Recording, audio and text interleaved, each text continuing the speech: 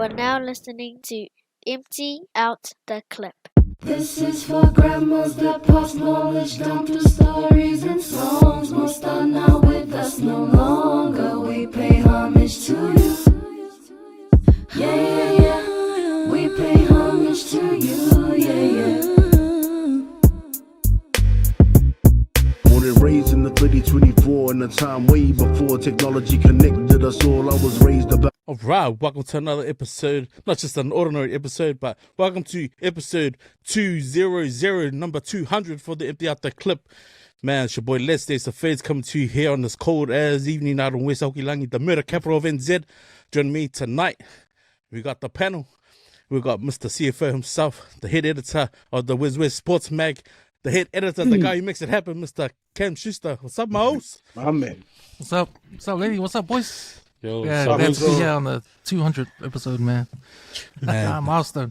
It's a milestone. Congratulations. So we got Mr. His new intro name, the king of the quotes, Mr. Lover, Mr. Chucky Blue himself. What's up, Mo? So how are you, bro?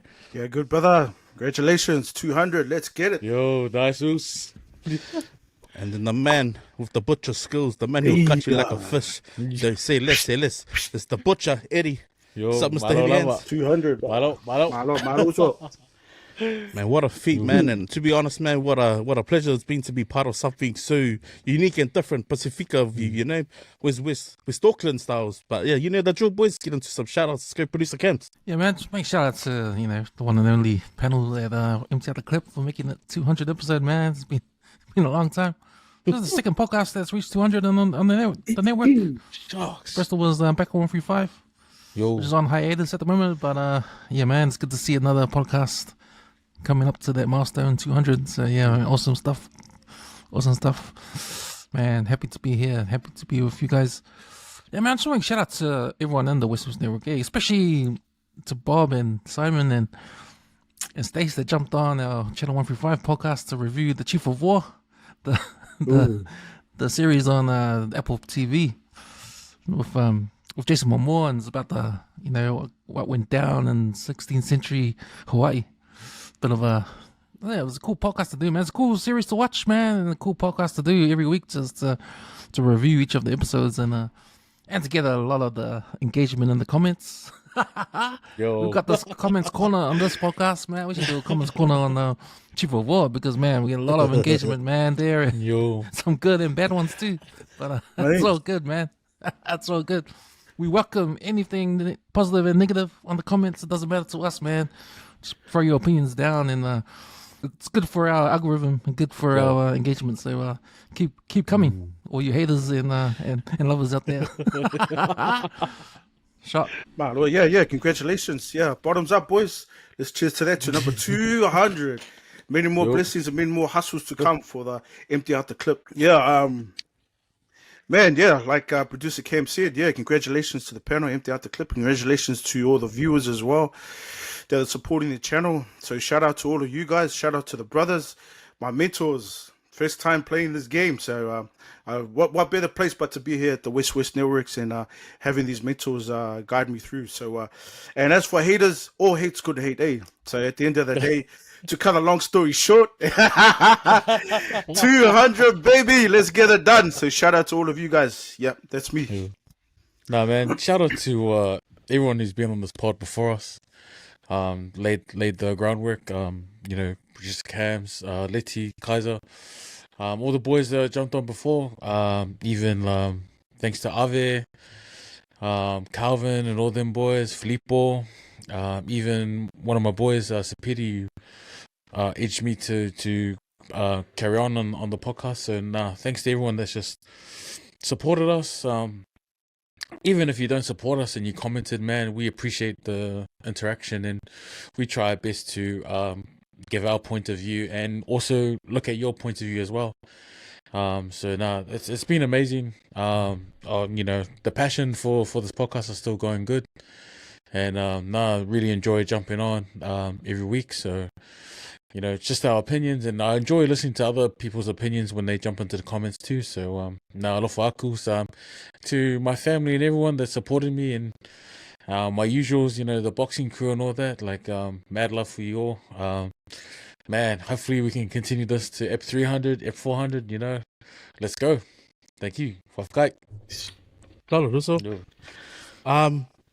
Yeah, my shout out goes to bro, I gotta mention, bro, the passing of a close footy boy, to the come of Moses Robson. Tuiti passed away last week, and just condolences to his family. I only caught the news of it yesterday after doing a 12-hour and went straight to his funeral. I think it's devastation in my heart. It's the guy who introduced me to Nelly, and it's funny because I've always been the music guy, the DJ of every team, but when someone pushes, like that guy is always pushing the album to play this. And I remember leaving 16's camp knowing pretty much all of Nelly's album before it was up on the RTI and on the top charts. So rest in peace to the Oaks, man. Lost some young bucks over the last few years. Another shout out to my close fan, man, to my Doko, Dolo and Brandon, also to Mickey, Leah and Honoru, and also to everyone that's pretty much graced the show with their presence and their and that's sat on the panel. 200's a massive feat. I believe in the numbers, man. It's all about timing. Appreciate those who've listened in and tuned in from near and afar, and I apologize for last week's episode with the sound quality. You know me, if you know how much I really cue the quality sound, man. It's all about the sound, bro. It's all about that bass. And man, shout out to Eric, Ovs, and Calv, and those who came before us. But that wraps up my shout outs for the episode, man. So you can catch more of our content, man, on the webpage www.wizbiznet.com. You can also find us on Spotify, Empty Out the Clip. Also find us on YouTube, man. Producer Cans uploads each week. You can also find our Facebook page, and it's Empty Out the Clip. Send a request and answer the free questions. Security will let you in. So gentlemen, man, this week has been a funny week. It's felt like it's been a long week. I managed to do 5 shifts last week, and after doing a weekend of glamping. But checking it over, man. How's the week been for you, Eddie? Start with you, bro. That's been good. It's been I mean it's a Tuesday, so it's been pretty good so far. But man, like just short staff, man. That flu bug's going around. So if you're sick, man, stay home. Don't come to work and spread it because I need the staff. But it's just been quick and easy. So just spending time with family and whatnot. So and just catching up on work friends since I've been on holiday. But it's been a nice and short week. Yeah. How about you guys? Catching up. Just with old friends in it. Catching up on just trying to stay healthy as well. Trying to get back into the gym, which I did 3 weeks in now. So that's been pretty good. Yo, bro, nice. Yeah, but also just trying to just start with that nutrition, which starts at home. So that's probably your first gym, is at home. So I'm trying to be disciplined in that much, and then in that area, and it's good to see a lot of the gym faces are still there after I went missing for a few months. Yeah, so shout out to those guys, and they're still grinding, I suppose, and trying to achieve their health goals. And what else? What else been up to? Yeah, that's pretty much it. Oh, just embracing adversity and those speed bumps as usual. It's moving up, but after this month, it should be a lot more smoother. So first month's always a hard month, so to kick that shit in. But that's all I've been up to. Nice as well. Yeah, me, I had a good week at work. Man, it's been a hard week though, because man, I had a Philadelphia last week, and car trouble too on the same week. So I had to pay for both things, and man, it took a lot out. So just trying to budget down to the grind, like a whole week of doing that. So it's like, man, haven't done that in ages, but that's gotta do what you gotta do, man. But just goes straight, man, I gotta save more for a rainy day, like, cause it's hard, man. It's hard with the prices going up and all that kind of stuff. But man, for some reason I had all these bills come in, so I had to catch up last week. Now it's caught up now. I'm like back to square one. So yep, starting all over again right now. So I guess that's a good thing. Yo. But other than that, man, just doing that work, coming back doing the podcast. Like I said before, we're doing Chief of War podcast, which is really good. I'm really enjoying that. getting some of the boys to jump on if they're because I don't know if you guys have seen Chief of War, but man, you should watch it, man. It's like Polynesian history, man. It's authentic, it's like, yeah, it's just it's a really good series, if you want something to watch. So, yeah, man. So I recommend go watch Chief of War and then listen to us break it down on the channel 135. Also dropped the Karate Kid episode we did with Filippo and Letty. So that's out now on YouTube and Spotify. You can listen to that. And we also recorded Coming to America, which is going to come out next week. So looking forward to that as well. So yeah, a lot of movies and TV reviews that we're going to do on the West Coast Network on the channel 135 and the Late Returns Film Review podcast. So yeah. Nice. Oh, solid, bro. Man, last week was pretty hectic. One of my kids turned 16. We went glamping. She got her learner's license passed. I finished my shift. We went glamping out in Papakura. Beautiful, man. Like, shout out to my wife for always, stamping those tickets when we go out to go, have family time, quality time. It was a beautiful setting. It was just awesome to, when you got older kids and it's easier, there's not cleaning up after everyone, but then you still got to cook and cater to everyone in the morning and stuff the next day.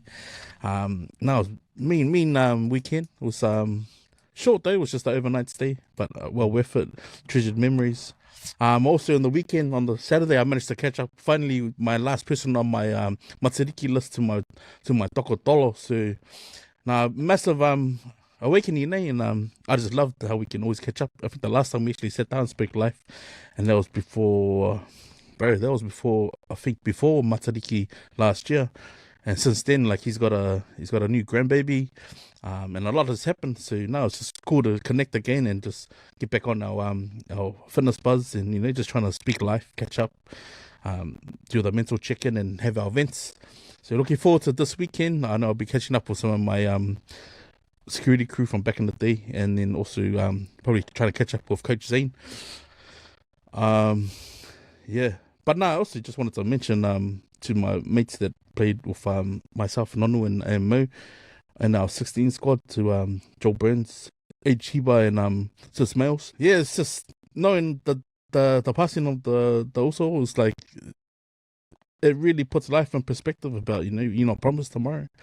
He leaves behind four beautiful girls, and Barry's like, I'll share this because Mo, as a young kid, was like the Bena Tinga of my kupulanga, and he stuck out. Like I think his first years at Mount Albert, he managed to put some heavy hitter names on the bench.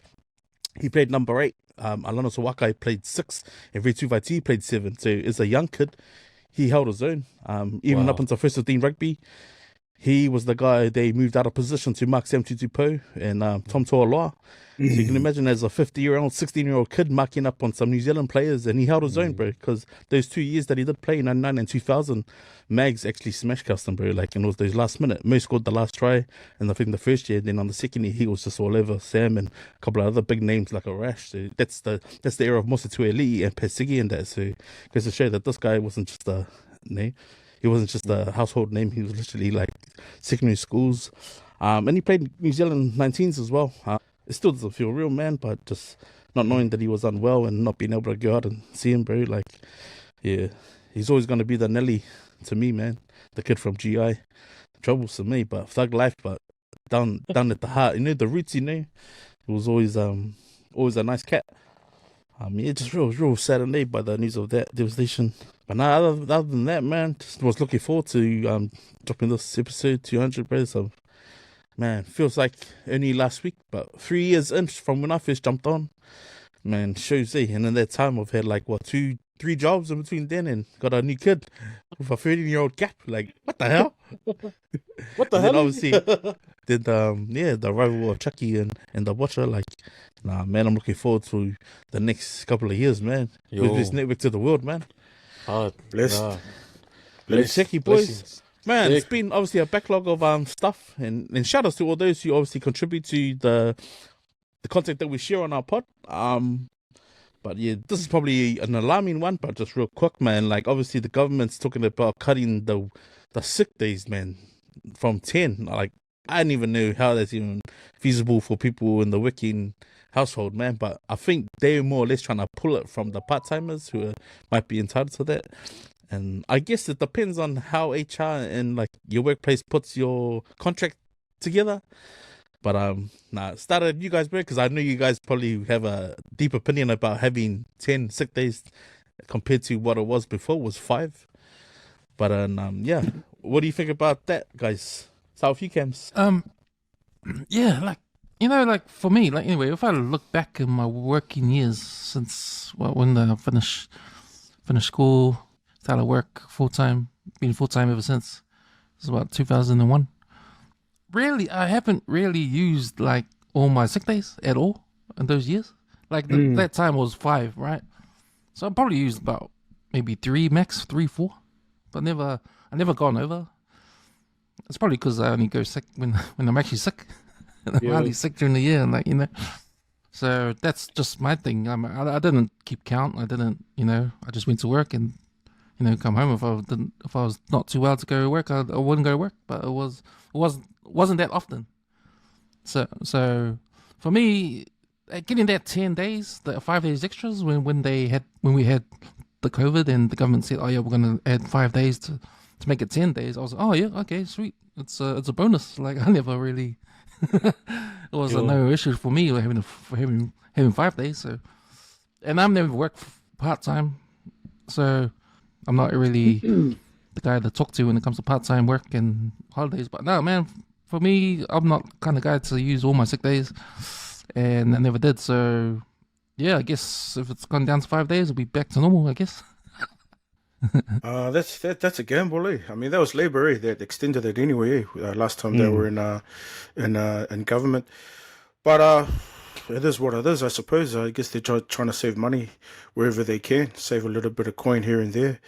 And what better place to start but to hit the hard workers, regardless, part-time, full-time workers. So yeah, I don't know, sucks though, but especially for the single mothers that are working part-time, single fathers as well working part-time, and then I guess also those working visas as well, that can only do 20 hours, I think 20 hours a week.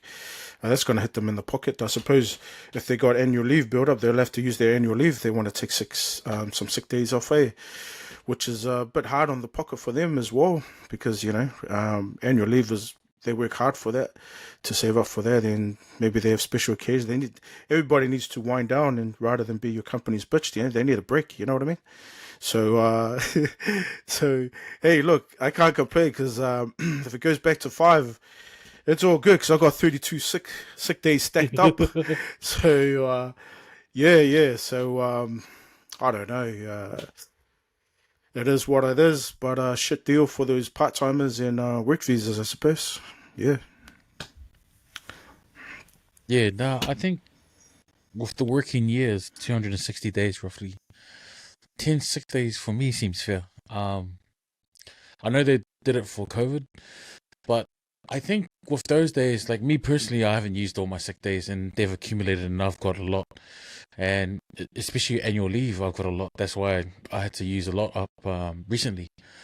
But like I think like those days are more, some people need it just for a mental health day, just to take it off and spend time with family, and that can come under sickness, as leave taken, because man, with the pressures that we're dealing with on the streets and with young men now, and women too, just under the stress of like paying bills and whatnot, and like Cam's mentioned before, sometimes they all come at once, and I'm very fortunate that my sister and she supported me when we were doing renovations on the house recently, so I was very, very lucky. And I feel like if you don't have that support base, man, you need a sick day here and there just to keep your mental health. I'm all for it, Well-being.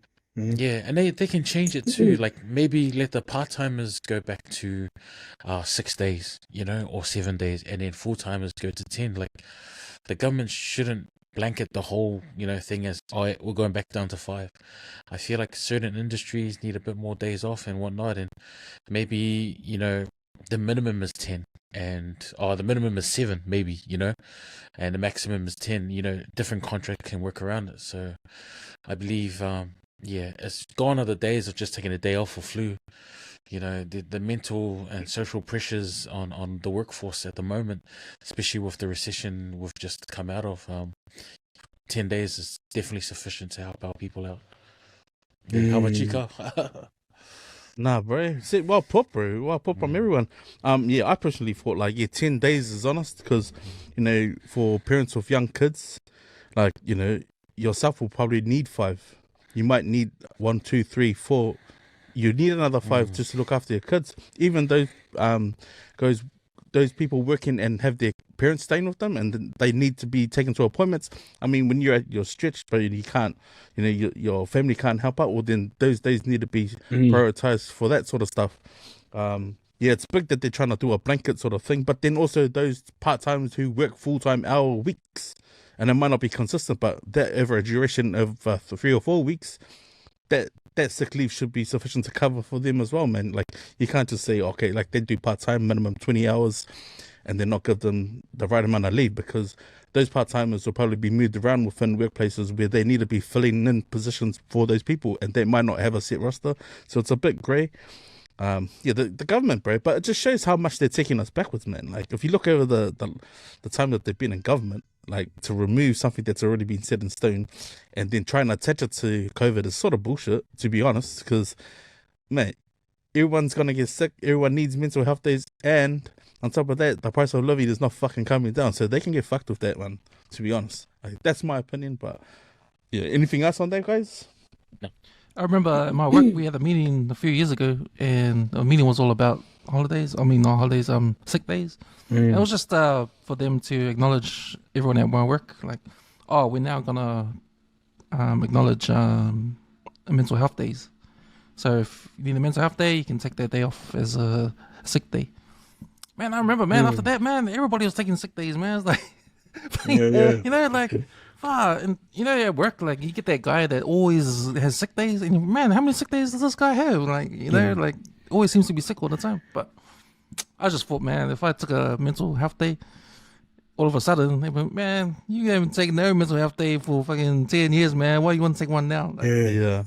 But that's silly. Shit. When they make it available for everyone, the employer needs to know, well, that's what you're putting yourself out there to do, right? If it's if you put free cake and napkins on the table, right, and don't expect people to touch them, well, then think again, man, because this is obviously something for the workplace. If you value your employees are what makes your company take over, value them. So if you're going to just say, oh, no, we'll just take 5 of those days from you, that's how much your employer values you, man. If you think about it, if you don't want to be a company's bitch, well, then you obviously be their test dummy of how this shit will fucking go down. So, fucking hell, man. Yeah, true. That's so true. Time for living them. That's The so most true. out of it sick day I heard at my work, someone went home sick because their dog was sick. Oh, shit. Like, Hey. Oh, what yeah. the hell? Yeah. The dog was sick. Yeah. Not True. the dog's fault. That's so true. Yeah. I was like, fuck.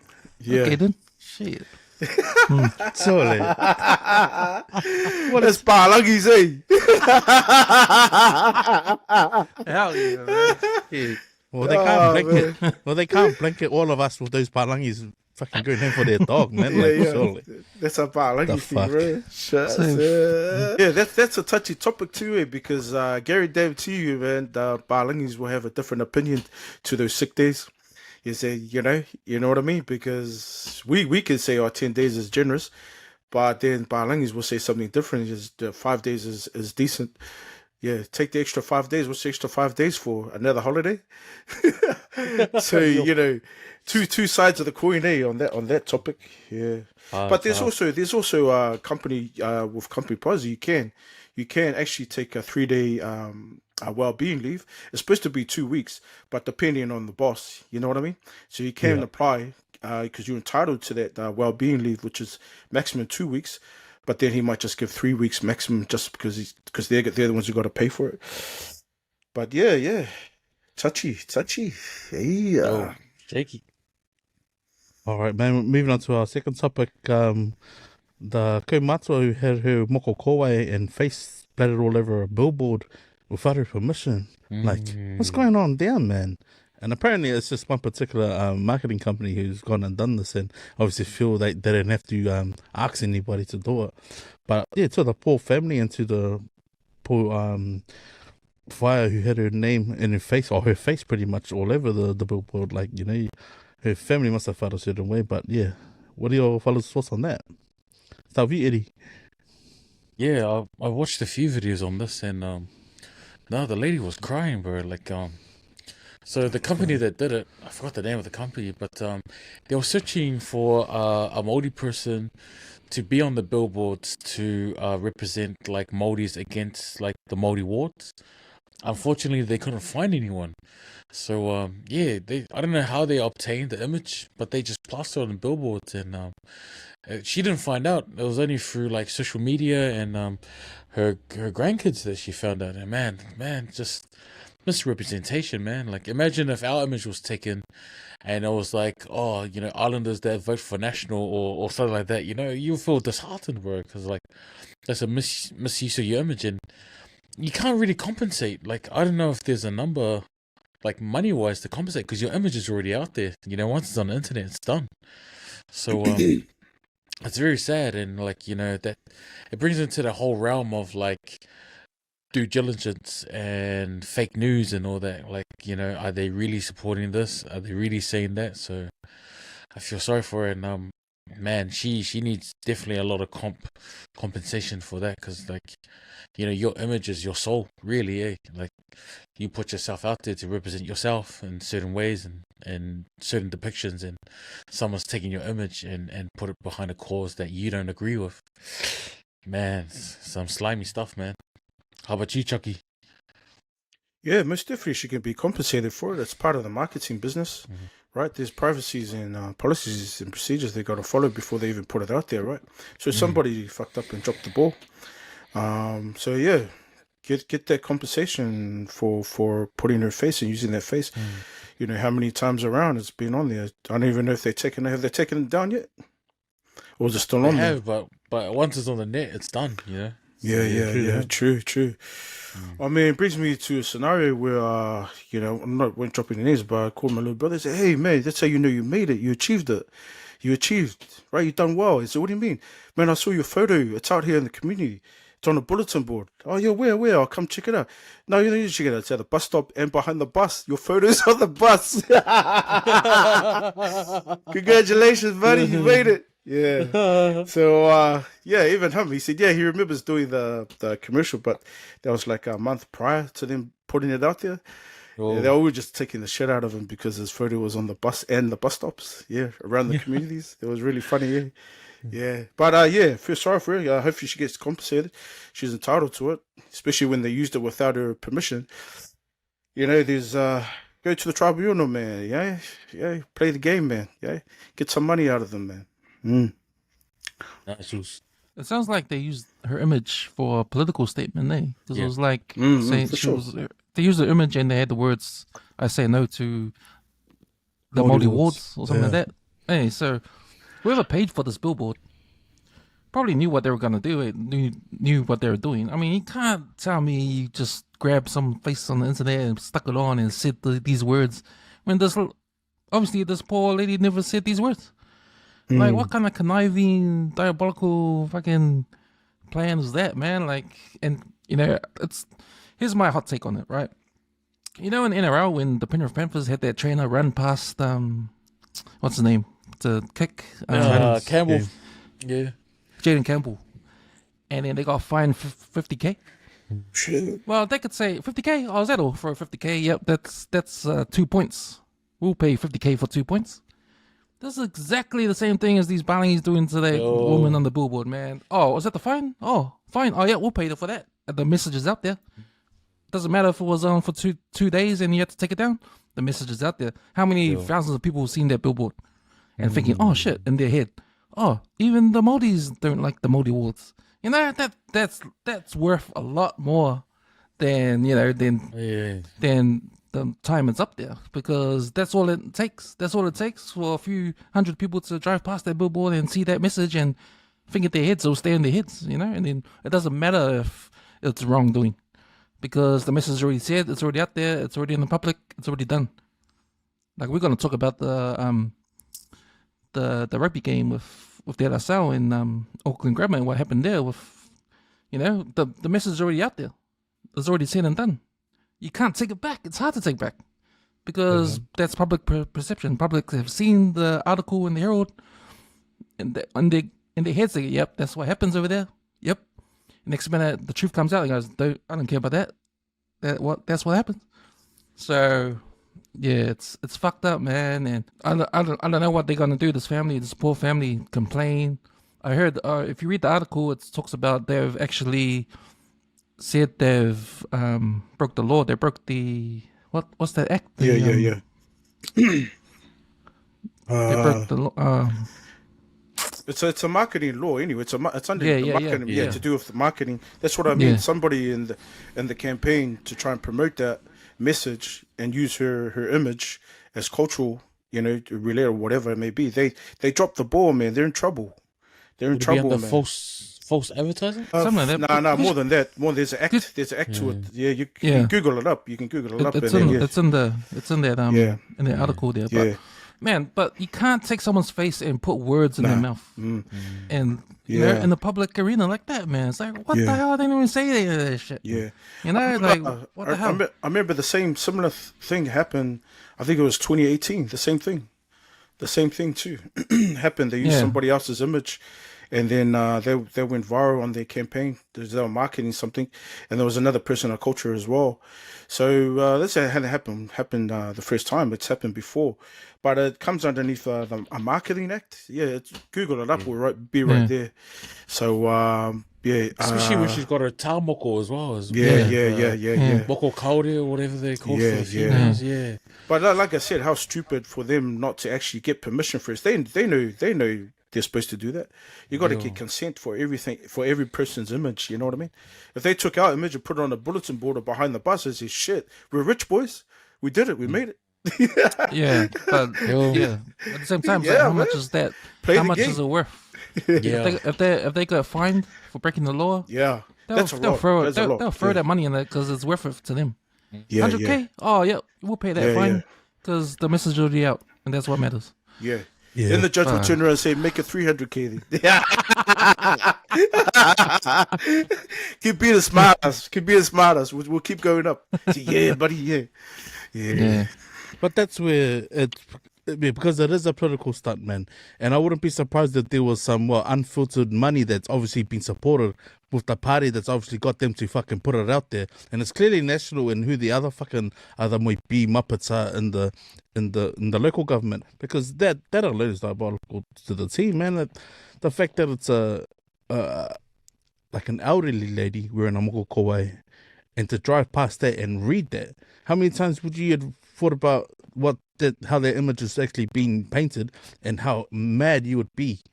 But even knowing that, if like say that was your nan up there, man, fuck, I'll be hunting blood, man. Like whoever wrote that article or whoever put up the picture and obviously thought about it, had a good laugh, they obviously knew what they were doing. There was no hidden agenda in that. That was a fucking man, if that did get taken, man, like you gotta slap the biggest amount of freaking punishment you can throw at it, man. Because bro, that's disgraceful, man. That is disgraceful. Yeah, It's the sheer arrogance, eh? The sheer arrogance. We're just to be untouchable like, sort of shit. You know? hey, just find a generic image on Google and just chuck it up. You know, the arrogance and you know that throwaway kind of mentality, bro. But that's the disrespect, though, way. Because especially if you got somebody of culture on their face, you know, they have no respect. You know what I mean? They don't even think twice about it. It's just all about the coin and just trying to get the marketing out there. But I found the act. It's actually a Fair Trading Act, FTA, 1986, under the government New Zealand law. Yeah, that's what it is. So use that act, play the game well, get that coin, bud. Yeah.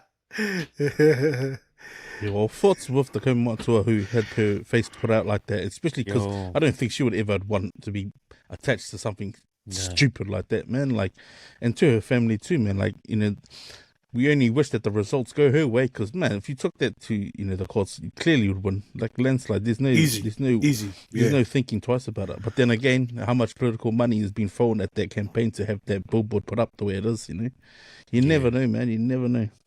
Especially with our elders, like their words carry a lot of mana. Yeah. It doesn't matter what Polynesian culture or Melanesian or Micronesian, like the elders always carry weight when they say things, and when they put their image or they put their voice behind a certain cause or an opinion, it carries weight, and these guys know exactly what they're doing when they chucked it on. It's crazy. Yeah, picture paints 1,000 words, right? And with the Kerma tools, it's all about a purpose, eh? Seki boys, moving on to our next topic. We got the fuel tax cut, man. Is it even a tax cut, or is it one of those, another way of just rearranging all the bullshit that comes with how much we pay for gas? Yo. Yeah, no, once again, it comes under the act of the FTA, 1986. Oh, man, solid, yeah. Crazy. Like, if there was a memory lane, right? Like, how can you remember the cheapest gas was ever was? But I remember it was like $1.55 when I started, like, actually, do this. So we just take the car for a drive. Just never know how far we can get, man. Like, what are we paying now? But I mean, how the tax has been allocated as in what we're paying for. Bro, all I know is don't get a diesel vehicle. Hey. But anyone else got a take on that? Like, no, couldn't get my head around today. It's a ploy that a lot of governments use around the world. Like, they'll make big noise on like cutting tax here, but then there'll be like other laws or toll roads or something like that. They'll chuck the money on there to get it back, but they won't say anything about it. So it's gonna be the same. You won't save anything. We're just coming out of recession. I think money expenditure in New Zealand has dropped to 3%, I think. So it's they're just hiding it. I think they're trying to make as much noise as they can with tax cuts and all that, because Luxon's approval rate is plummeting.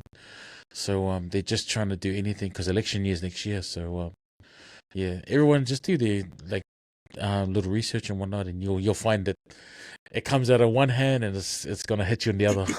Yeah.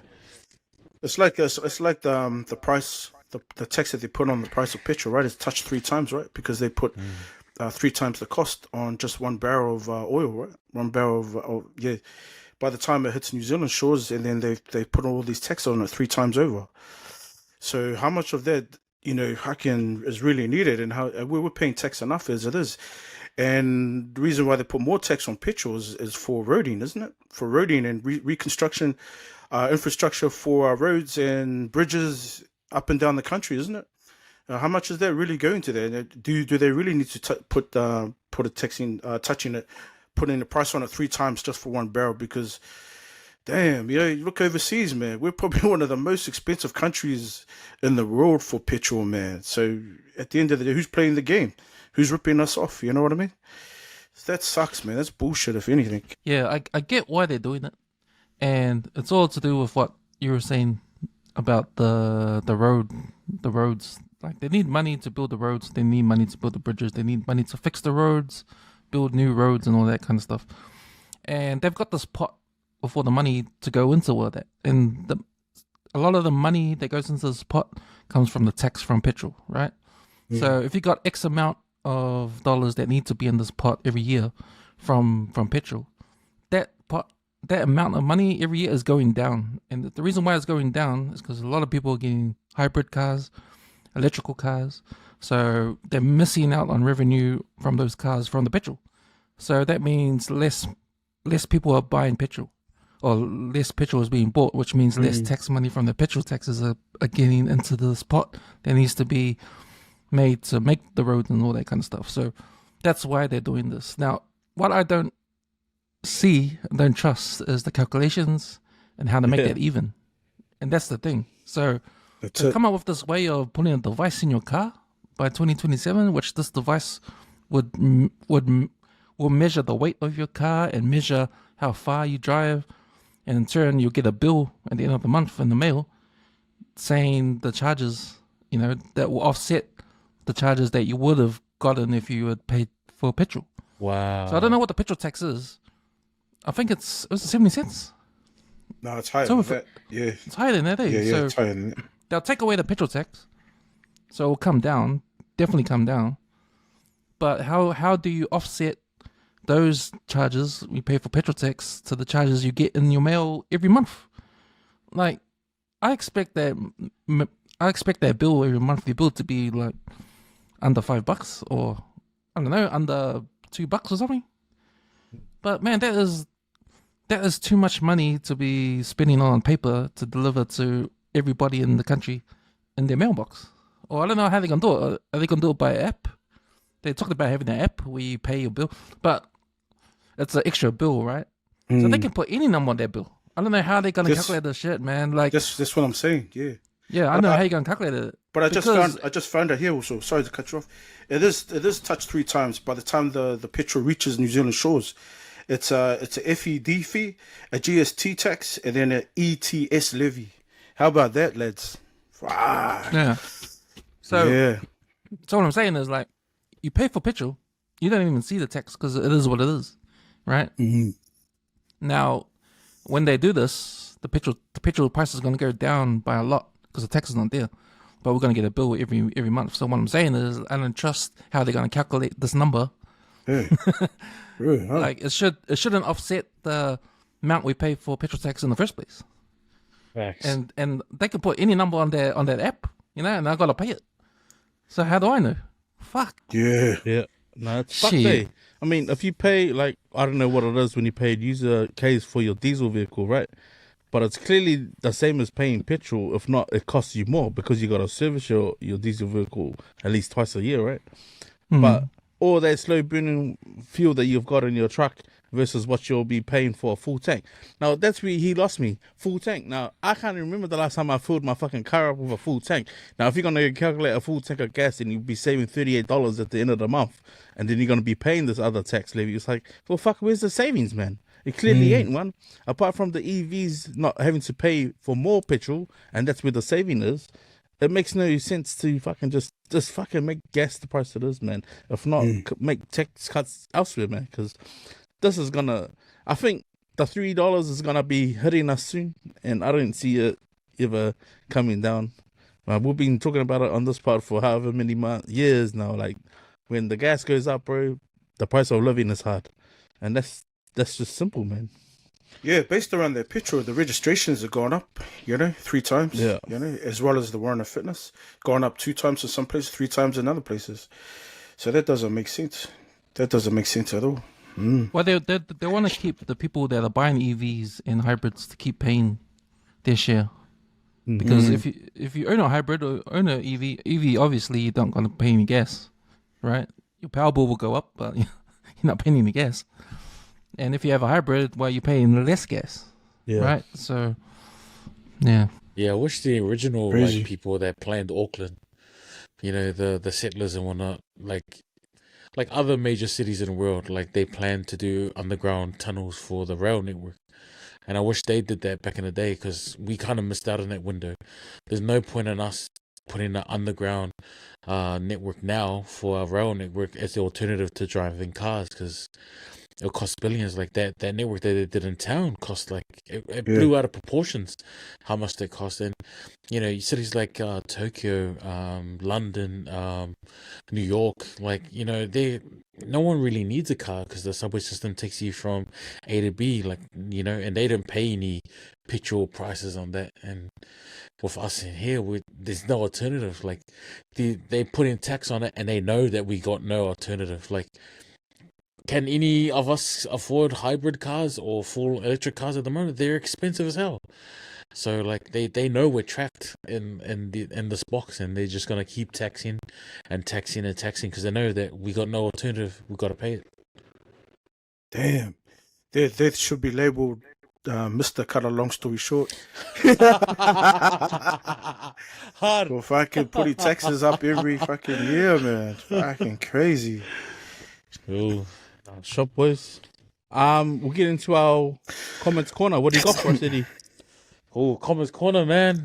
For people's pay-per-views, it popped off, man. Just gonna read a couple from each person. So there's been some crack up ones, Rocky Balboa versus Mike Tyson. Butterbean versus one of our female cousins that can beat up her husband. From Filippo, we got Kimbo Slice versus Pride era Mark Hunt. 80s George Foreman versus Vladimir Klitschko. 2010s from Mal Puka. The two that I picked from him, he had some good ones, man. Mike Tyson, 1990 versus David Tua, Prime. Ray Sefo versus Brock Lesnar, 2014. Evander Holyfield, 1999 versus Tyson Fury, 2015. The big one was probably Mike versus David Tua for all the comments. But there was some that picked up my eye as well. Ray Sefo versus Dong Po from Kickboxer. Riddick Bowie versus Joe Fraser from You Chucky. And Salvador Sanchez versus Floyd Mayweather Jr. Yeah, and my ones, I was thinking about it this whole week, and I was watching some clips, and I reckon Jimmy Thunder from 1990s versus Hemi Ahio 2020s. You know, some local boys. And David Tua from the 1990s versus Kali Miham from the 2000s. So I reckon that'll be awesome just to see some local boys from across the eras just facing off here. But the last two I need from you, Cams, and from you, Letty. So what was your fights that you want to see? You go first, Cams? Yeah, I'm with everybody, man. Mike Tyson, David Tua. Yo. That's my ultimate, man. Ultimate fight. That's the dream fight, eh? Yo. In their primes too. I actually made a poster for it. I can get Cams to finger on the screen when he posts the episode. But nah, bro, my pay-per-view would cost $49, and it's obviously the starting fight of that pay-per-view would be Triple G and Pac-Man in 2009, and that's at no catchweight but middleweight. And then followed by Danny Swift Garcia versus The Money in 2010, because that's a fight that never happened. Danny was at 134. Floyd had just finished beating, I think it's Marquez, and that fight should have happened because they would have put up two division titles up against each other, and I think Angel just got a bit greedy and didn't want his son to fight up a weight. Then the next one would probably be Miguel Cotto and Canelo Alvarez, no catchweight in 2009. That would have probably been the fight if they had fought at welterweight. And then Brock Lesnar versus Ray Sefo in 2014, Brock, and 2002 Ray Sefo. That was probably with Sugarfoot was probably his cleanest. Then 2018 Izzy Jones versus John Jones. 2018 versus Izzy 2023. Mark Hunt and Waldron. That's 2012. I reckon if Hunt had their fight before 2014, it probably would have been a different result, in my opinion. Then the heavyweights, the Bronze Bomber, 2010 versus Anthony Joshua, 2010. That's the fight that never happened. Yes. And yeah, obviously the Prime David Tua versus Prime Mike Tyson. That's probably the biggest one. And then wrap it off with the main event, and that's 1999 Evander Holyfield versus 2015 Gypsy King, Tyson Fury. That would probably be the most epic pay-per-view you could ever watch if you're a real box fan from the early 90s. But yeah, that wraps up my one. Nice. And Seki, that's us from Comments Corner, man. Thanks everyone for interacting, man. Just give me a couple weeks and I'll think of another one for us to comment on. Seki? Sure, boys. Got the local scores from the 1A comp, and that was wrapping up the top four. Some pretty scary results. There was a draw between King's College and Auckland Grammar, ended in a 32-all draw. King scored 5 tries to Grammar's 4. And they went on the first try, scored in the first points, and that was because they went to Kings, so Kings will play off in the final. The other semi was between St. Kennigan's and Tekara Hart, and the boys from St. Ken's ended up smashing the boys from Sacred 21-12. So this weekend's 1A final, Auckland, is between King's College and St. Kitts. So That sucks that they have the first try. I don't know. What do you guys think? Should they go like points differential Yeah.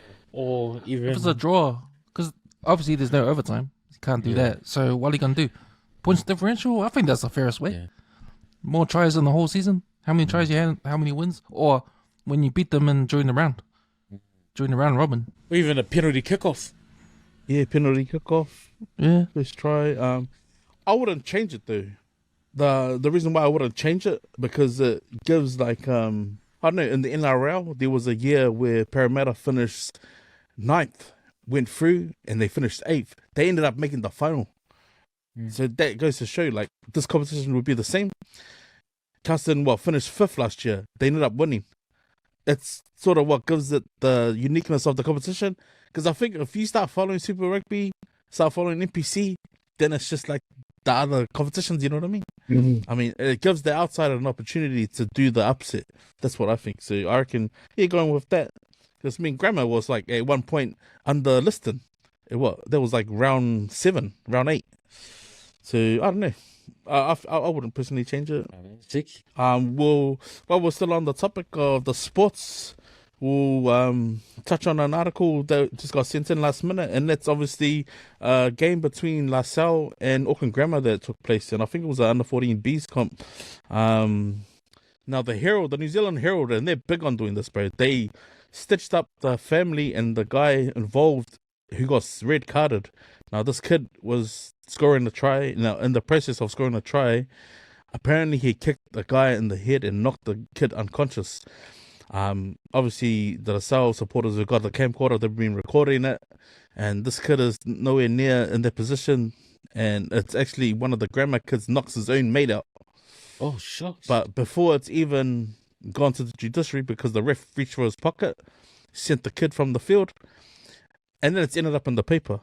Just like typically has the New Zealand Herald are famous for doing, just like with the black sack incident with TPN funerals, they've gone and done this to this poor kid and his family, and then chucked in one of our brother schools out of South Auckland, De La Salle College. Now, I'm not big on the Herald and their sports shit because it's always fuss, man. It's always their one opinion, one-sided opinion, but they've gone and done this to the school and then to the player and to his family. He went to the judiciary, not guilty, because they got it on footage, man. They actually had a video camera there, and he was nowhere near. He didn't play dirty, so he got sent for the field. I mean, whatever happened between that and afterwards has happened. But yeah, just want to hear your fellas' feedback on that sort of rubbish that's happening today, man. Man, the Heroes just like this is clickbait, eh? This is, man, I feel sorry for this player and his family, but it's like that Māori lady and her image being used, man. Like once it's on the media, it's done. It's done. You know, how do you get back from that? You know, description with your image. So it's pretty sad, and hopefully they get the issue gets resolved properly outside of the limelight of social media. So, man, blessings to the family. Hopefully they're doing all right with all the bad media that's been shown on them from the Herald. Sick. Yeah, Auckland Grammar and La Salle, eh? So, yeah, most definitely, it wasn't with the intent. It was by accident. So why are they promoting shit like that for? You know what I mean? So it's just another red flag with their professional media experience in trying to promote, South Auckland, not just South Auckland, but just Polynesian, numbers. They're playing footy, They like to sort of put us in a negative spotlight, and it's a freak accident. It was by accident. It wasn't with the intent, It was done by his own player, with the momentum and the engagement of footy. These sort of things happen, at times. So hopefully the kid's recovering well, and for the next generation playing out there, don't believe everything that you read, So just get out there and do your best, and have fun doing it. Lofatu. Yeah, man, I think New Zealand journalism needs to do better, especially at New Zealand Herald, man, because a lot of clickbaity stuff going on, and these editors need to do better, and make sure that the fact checking is done like 100%. Like, have two sources before you print something. Like, yeah, you got your source, but have another source just in case. Fuck, simple. fuck. Like, Cross-reference. yeah, cross-reference. Make sure before you put it out there, because otherwise you're gonna fuck things up. And obviously they did. So hopefully they get in trouble for it, and this family complains, and they get like some sort of compensation. You know, but yeah, man, like Herald, like man, they're dropping the ball most recently, and a lot of things, not just this, but you can see like all the clickbait stuff happening. You know, and yeah, it's just do better, man. Do better. Make sure the mully's clean, man. Make sure the mully's clean. Hey, check that toilet paper twice. Make sure you wear the right undies before you go to Rainbow's End. Hey, go for another wipe. Double check. Go for another wipe.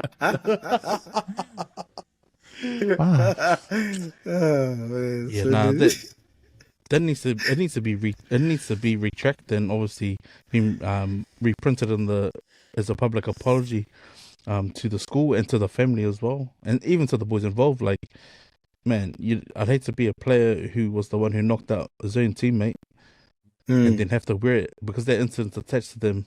And I almost feel because it's Auckland grammar, it's always going to get different. Like, as where, like Chucky mentioned, the Pacifica kids that go to De La Salle. But shout outs to Lea Manaya Alonso Kaisara for sharing that on his forum. Yeah. We'll do a Weekend Rapper Sports. We're actually going to rename this. We're going to call it the 10 for 10, man. Weekend Rapper Sports. So we're going to do 10 games. And if whoever doesn't feel they avoid, unlucky us. But yeah, we'll give us 10 minutes to share about the Weekend Rapper Sports. Let's go, Eddie. Oh, man. I had to have 2 boxes of tissues, man. Man. Can we beat the Storm at home?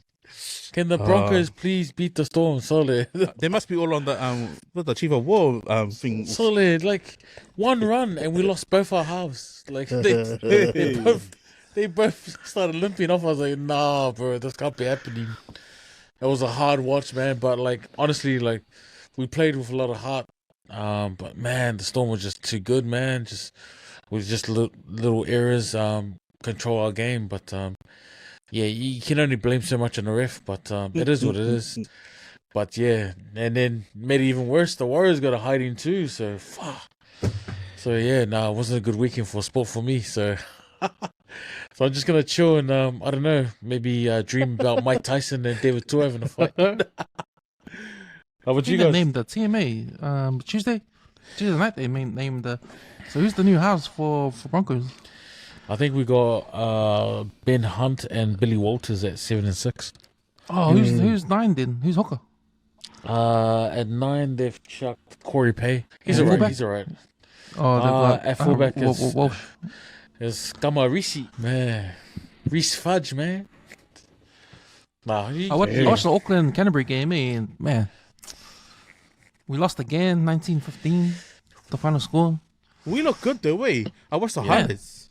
We look good, man. Our back three, our youngins in the back three, man. Got Carlos Spencer's son and fullback. Then we got the 2 Samoan guys, on the wings. So I think one of them is Melani Nanai's younger brother.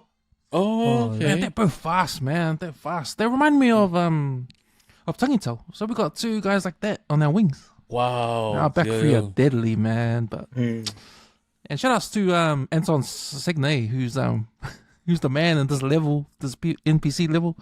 Like, he's pretty good, He's doing well for Auckland. He's up there.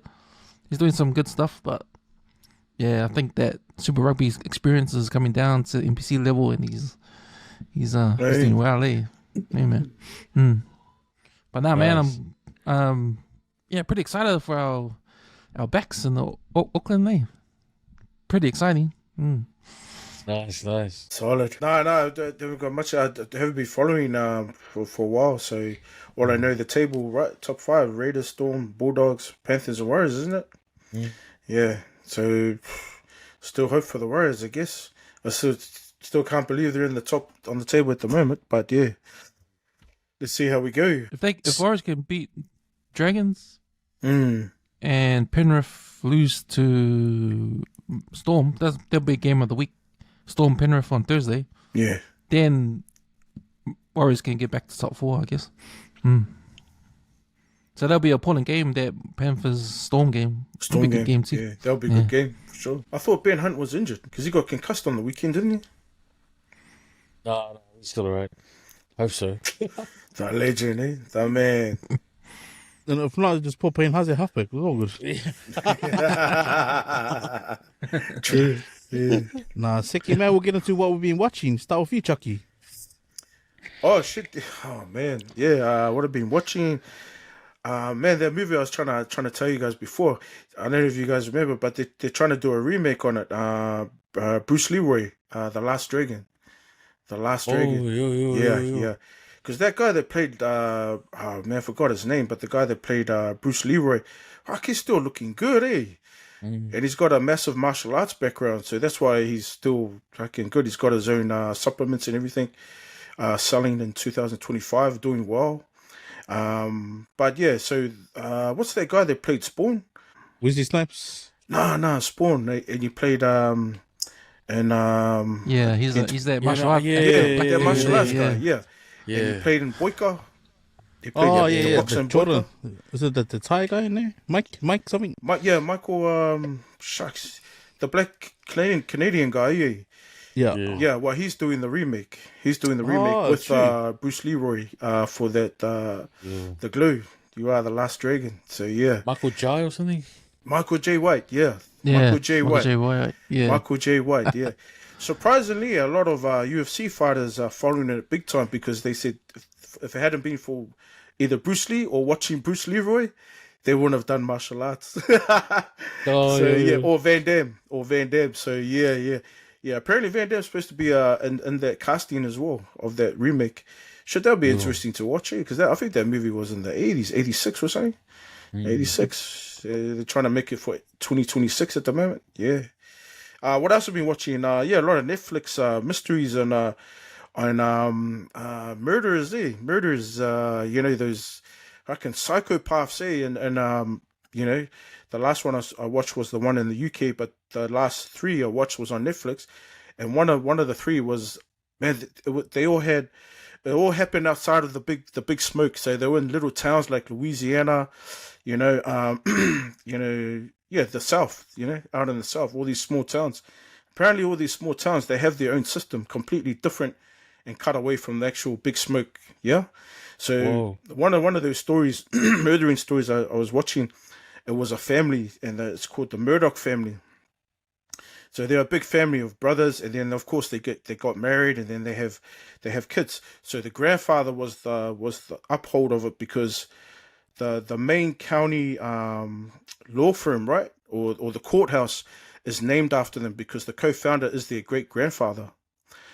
So there are 5 generations in the law firm there. So whenever one of their kids or one of the brothers get in trouble, and then the cops say, "Oh, who was it? Who did it?" And he said, "Oh, it was one of the Murdoch brothers." They don't do any investigations. They don't do any paperwork. They just shut it down. But funny enough, there's a lot of murders that happen, and it was all connected to the Murdoch family. Yeah, Wow. it's either they done it or they paid somebody to do it. And the person that they paid was also a Murdoch, but is a first cousin. So he's a redneck. He's a redneck that fixes, he's a petrolhead, fixes everything. He's the handyman of the town. And they usually get him. Yeah, it's fucking funny, man. They usually get him to do the dirty work, and do the cleanups and everything of their mistakes in it. But it's really fun. It's really crazy, because majority of the stuff on Netflix, they're all fucking balangis, man. They're psychotic, They're born psychotic, straight apples. Even if they have half-caste mixed race, they end up being, those half-castes end up being psychotic as well. And I heard that there's a study. Well, I actually was told there was a study. Wait.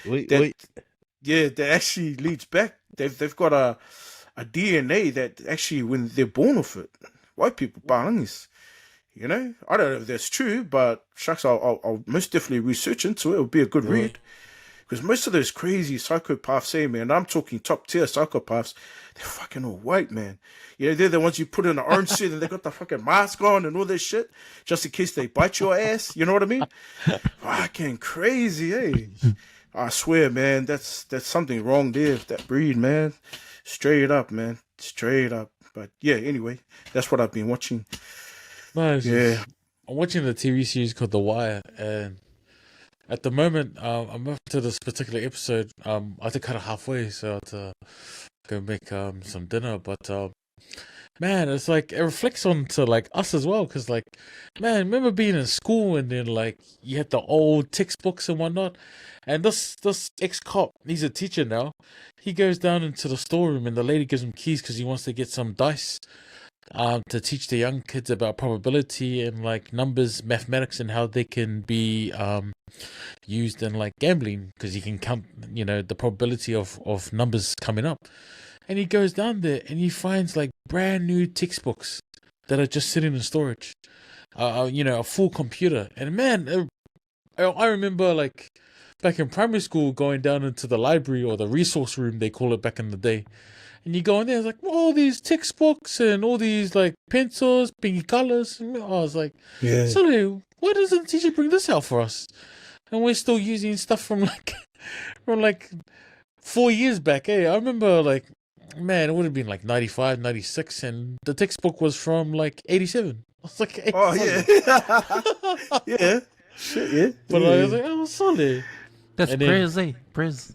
Yeah, press. Because yeah. what I remember, how come he got fired, or he left the I police think because he he- shot someone, eh? Or something? Nah, he left because he punched his that's right. father-in-law. Yeah. His father-in-law was Hey. the district commander of the police, and the man bookied him. This old guy. So it was like he had that honorable discharge. You know, you can leave. Blah blah. So yeah, I've been watching that, and then I was reading this article, and I started researching it on YouTube. So I think it was in one of the European countries. These two towns, bro. These messengers went to one town, and they were supposed to convey a message, and apparently the people didn't let them in. So on their way back, they stole a pakeke, like, you know, a bucket from the well. So they started a war between the two towns. Like hundreds of people died over this one bucket. And apparently you can go to the museum today, and it still has the bucket on display. They never returned it. I was like, sorry. But yeah, that's about it. That's all I've been watching. I took the kids to the movies last Friday. Went to watch that horror movie. It's called Weapons. Oh, so Oh yeah. When I watched one that too. I Does watched it that look? I haven't too. watched it. I man. haven't watched it. Let us know what's up. Man, it's freaky. Eh? There's one particular scene that I was like, man, this is so freaky. It's a creepy movie. Eh? It's about these kids in the primary school in America. They disappear one night. They're never found. Oh fuck! You're scaring me. But it's funny because this town is a small town. So apparently these kids woke up at 2:17 a.m. in the morning, all from the same classroom at the school. All woke up at that time, 2:17 a.m., walked out the door and ran into the night, and they were never found. So I think it's been weeks or months after that event. So you can tell all these parents are like confused or angry. They blame it on the school teacher that's in charge of that classroom, because she's confused too. She doesn't know what's going on. Why is just the kids in her class? Yo, So I'm not gonna spoil anything, but that's what it's about, you know. So, but it's freaky. Eh? It's like, but it's funny because it's interesting too the way the story is told. So it's kind of like Pulp Fiction, how it's like goes back in time. But yeah, this film, it follows each of the characters. Yep. From a starting point to an end point, and then and it goes back in time, and you follow another character. So you get their character's point of view, and it goes through like maybe 5 or 6 characters to tell the story, right? yeah. So yeah, so it's pretty freaky. It's like a detective. It starts off like a science fiction. It sounds like a science fiction thing. It's scary. It's freaky. Then starts up and goes into like a detective film. It's a mystery. You're trying to figure out what's going on, how these kids are gone, and where they are, and then it turns into like a comedy, a comedy in there. Oh, But sure. Is that the twist? The comedy at the end? Is that the twist? yeah. So yeah. It's yeah. like each person's perspective is like through their lens. So like, Yeah, it's really Oh, yeah, one yeah. is like a grieving father, the other one is like a teacher that's under extreme pressure. Another one is like a principal, like a carefree principal. Another Yeah. one through like a tormented kid. And I think the comedic one that you're referring to is the drug addict there. Yeah. Oh, there's a few. But There's yeah, heaps it's interesting of to see it, the point yeah. of views of each of the characters and what they see. Yeah, yeah. Yeah. You know, and you get their point of view, but to tell the story. So, yeah, man, it's pretty. Yeah, it's alright. I'll tell you the truth though. The big reveal. There's a reveal how why these things happen. For me, it was underwhelming. It was pretty underwhelming. I was like, oh, is that all? Was that what? I was expecting something else. I was expecting something else. Why these kids were gone, but the reason why they're gone for me, I was like, oh, okay, I'll go run with it. But at the same time, it's well shot, it's well written. It's a good movie. Like, you know, you can probably forgive the reason why these kids are gone. But you know, I think it will grow on me. But yeah, it was something I didn't expect. But that's just my opinion anyway. But But at the end of the day, to get those different perspectives, they're all Palings and they're all psychotic. Fucking crazy white people. exactly. Yeah. Nice, Oos. Yeah, I've been trying to watch the Chief of Wars. I've finally found somewhere I can watch it. Not gonna pay per episode on Apple TV. Like, get real. But I have been following a lot of Reels creators, like Kitty's boyfriend Leroy Iono. You can catch him on Instagram, Lee_Roy Iono. I've been watching this thing called Reels. What's the app called? The app is called Real Short. So you click on this Real Short, and there's all these little movies, right? And they're only like maybe 45 to a minute long, and then it's like that's episode 1. It's the suspense of the music, man. Like, say I've been watching this last one. This one that's called Move Aside, I'm Final Boss. And it's about this dude who's apparently this King's Corporation king, and he's like went to serve in the army and paid for his gang to go get educated in that. Bro, I'm halfway through, right? Because I don't want to pay $28 to unlock all the others, so I have to watch like at least 2 minutes worth of videos, and most of them are TV videos. I gotta they're like ads, and they will let you unlock another 5 for the day. So I've been watching this, bro. It's suspenseful, bro, because it's all the music. You know how like imagine listening to like Unsolved Mysteries music while you're listening to it, like it's getting real suspense like towards the end. But it's real known for overreacting, like when Cam says, "Oh, bro, that was the meanest overreaction like on the pod, like late return." So like, this is like classic, bro. It's like not the King's King, is he? Bro, it's one of those like, bro, these guys would have done really well away Sunday, man. But I've been watching that. And also been watching The Summer I Turned Pretty. So if you've read the book, it's one of those Fafinha's books. Like if you've read the book, man, and like I didn't mention what it's about, but it's about these 2 brothers who grew up with this girl, and the mums were close mates. It's got a bit of a twist, but the 2 Usos, once they see the girl, you know, the ugly ducky can grow up, she's actually quite holy, they actually fall in love with this kiki, and they start fighting for her attention. So like, if you watch second season, you want to throw hands with the guys. Because it's like, this is stupid. But yeah, all the little turns and twists of the whole drama of like, you know, the love circle, the love triangle and that, it's pretty crack up, eh? I've been watching that, and then just a whole lot of Reels, bro. The Usos putting in the work, man, Leroy. So I've been watching a lot of his stuff. It's real clean and creative, especially his food review ones. But that's all I've been watching. Yeah. I watched that one also, the one you said, those shorts, those key courts one. They're fucking so addictive, bro. I only came across it by accident because my cousin was watching it. And he goes, "Bro, you should check these out." Yeah, it was on the app. It was on the app. I was, what the fuck is this? He goes, "Oh, it's this new thing on the app." And exactly how you explained it, because that's the one where nobody knows that he's actually the man. He's actually a multi-billionaire. But the missus doesn't know that, and they keep on dropping the multi-billionaire's name who runs the event. They don't even know. She doesn't even know that that's the guy that she's going to be, his fiancé. But they end up breaking because she started being judgmental towards him. Yeah. But they don't know that he's the King's Court. But it lingers on. It goes borderline before it comes to the punchline. But then they draw you into it, but they don't actually say the punchline. Here I am yelling at the fucking phone to my cousin phone. Say, fucking tell them who you are, cunt. Yeah, let them know you're the man. While Yeah. everybody's watching, man. You got all these corporate people in there. Let them know who you are. I would. Yeah. It's 72 episodes. I'm at 34. But man, Fuck, bro, you did. oops. Fuck, goose. It's one of those ones when I'm at work. Because I try and watch. So what I've learned to do is if you watch it about 11:30 and then you let it click over, well, then you don't have to wait. So you can watch 10 instead of 5. You know what I mean? Yeah, That's yeah. what I've been doing, bro. But Exactly. man, it's like I just played 2 to my daughter while we were waiting because she had practice. She watched 2 of them. And then, you know, how it got up to the figures and asked for the ad. It's like, yeah, go now. She goes, play the next one again. No. Yeah, man, it's so just addictive, like, isn't yeah, it? just like, I want to know what happens again. Now I'll just tell you about it when you come back after your training. She's like, oh, okay, sweet. Man, like, that's what I've been watching. Just a little run reel for them, mate. But yeah, addictive, bro. You'll find it in your ads. So if you watch enough reels, you'll probably see the reel short pop up, and you can go in there and watch the rest of them. Yeah. We've got a what's it called?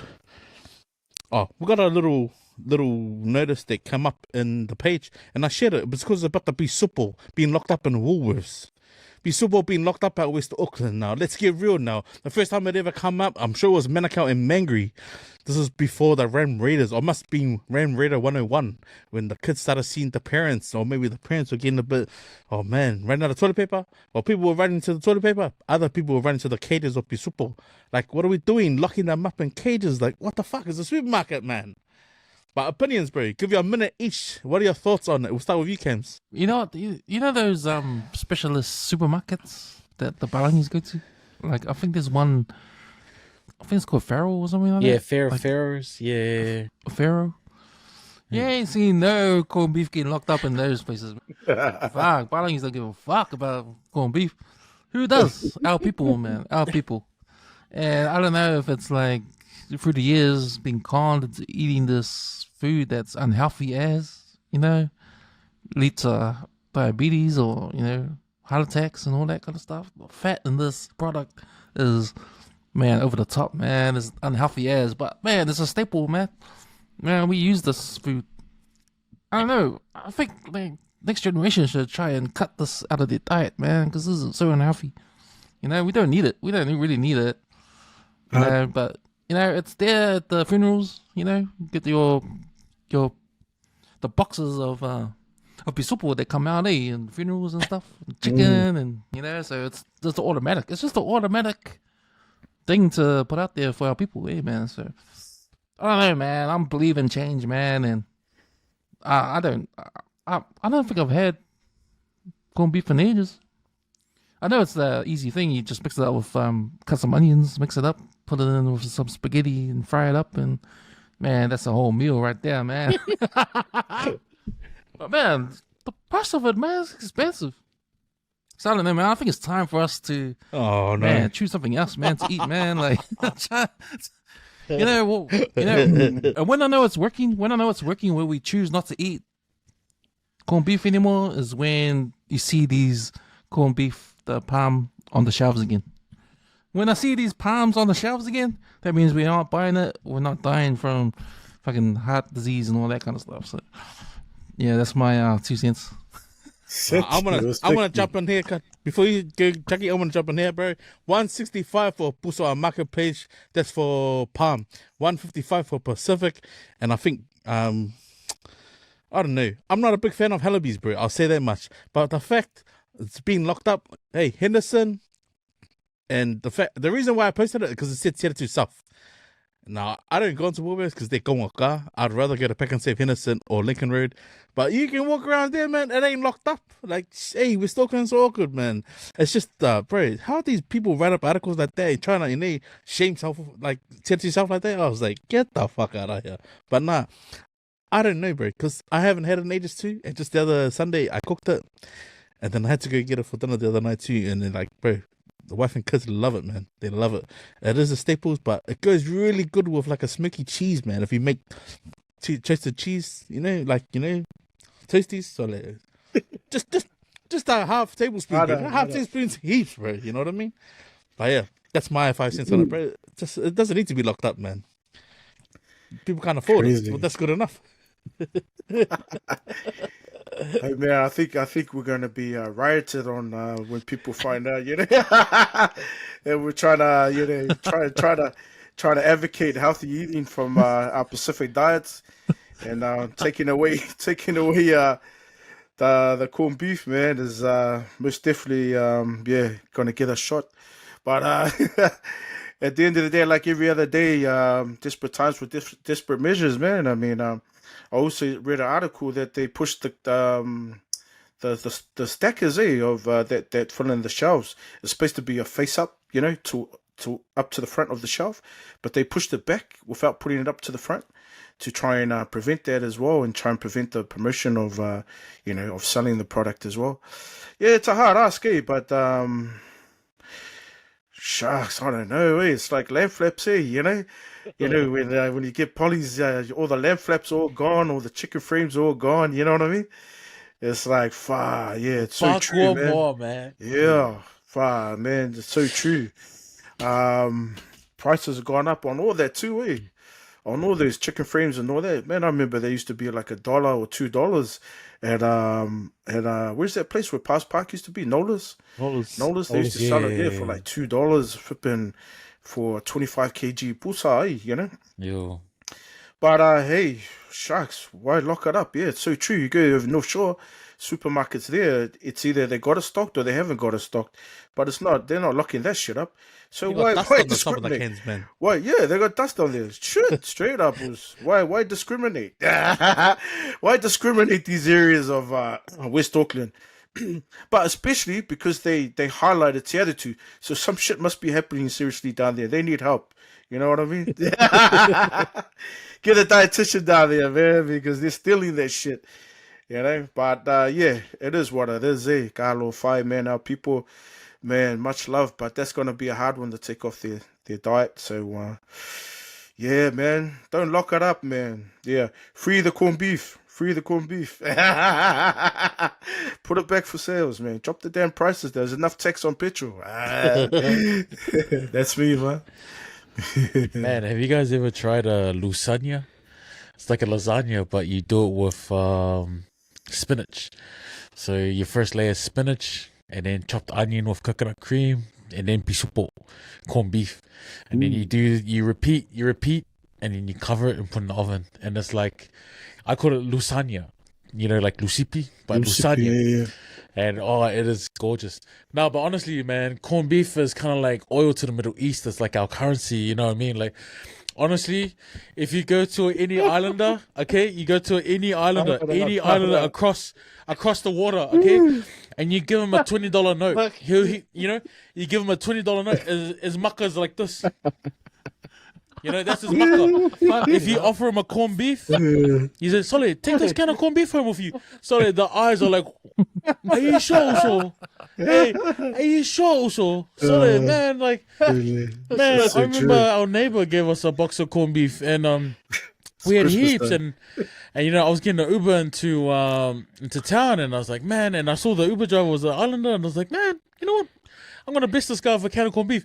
So like, you should have seen the makkah of this guy, man. This Uber driver was taking me to places that, like, I'm sure it's way off where you just don't worry, also I got you. From this corned beef. So like, it's our currency, man. Like, but yeah, like, they never locked the rice away from like the Asians.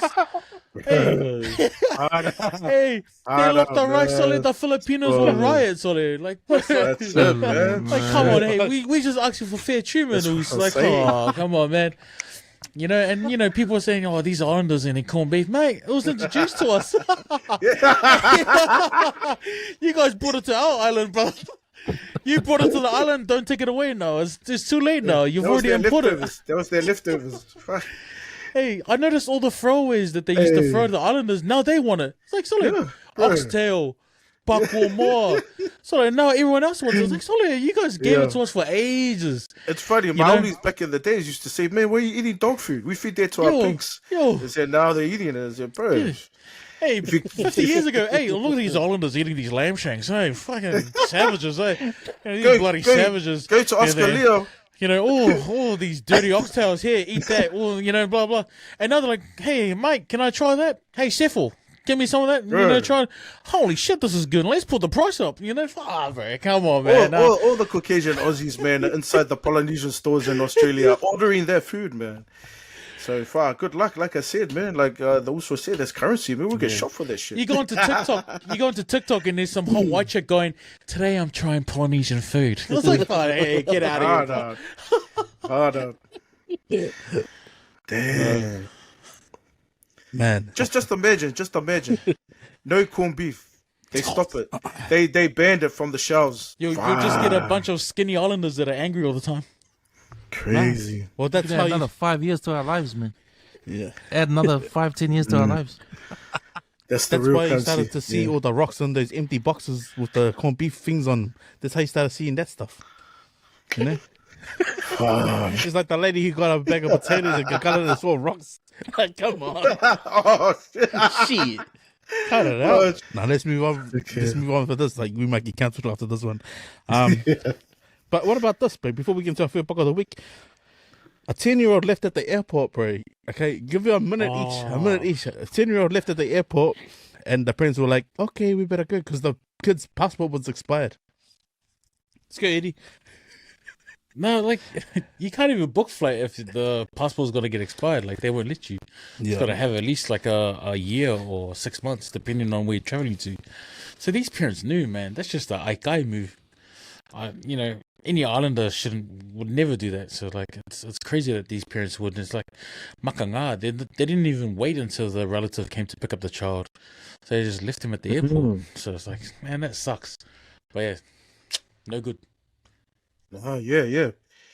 Once again, Balangis, man, they're psychotic. You know, if they have to go on holiday, man, fuck yeah. That's the way they think, you know what I mean? So, Carlo Faye, feel sorry for the 10-year-old. But, Is that a Jet 2 holiday? Fuck yeah, I don't know. That's my opinion. Kevs? Yeah. Man, I don't know why this is even a story, but yeah, it's just a dumb move, eh, man. It's just like you guys, man. Like, yeah, I don't know what they're thinking. Crazy. Are you able to play any of that Fia Poko of the week in the feature rules? There's obviously a backlog of Fia Poko of the weeks, man. So that's obviously shared with Chucky and. Oh man, This guy can't play the music, otherwise we get copyright, eh? copyright. I was only looking at the Oh, guy in the man. white, but this guy in the green obviously is on like a little vibration mission master, and he doesn't give a fuck about his safety because he's worrying about his appearance. I don't know about that one. Bro, entertained twice for the price of one, you know? Fuck, man. That's crazy. Imagine you being a customer just on the other side watching that shit, eh? You want to help him or you don't want to help him, you know what I mean? Shit. This one here is a guy drinking from the water well, obviously not knowing what's just happening above water. Oh, fuck.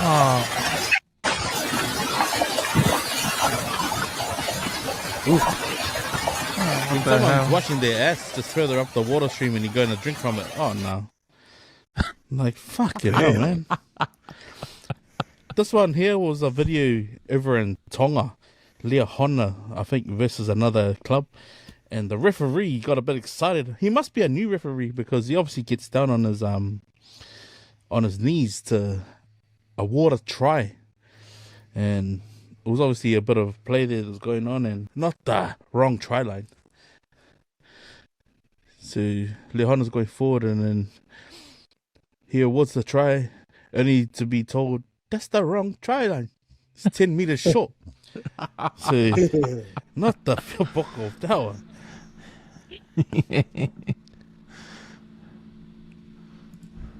Not the fixed ring.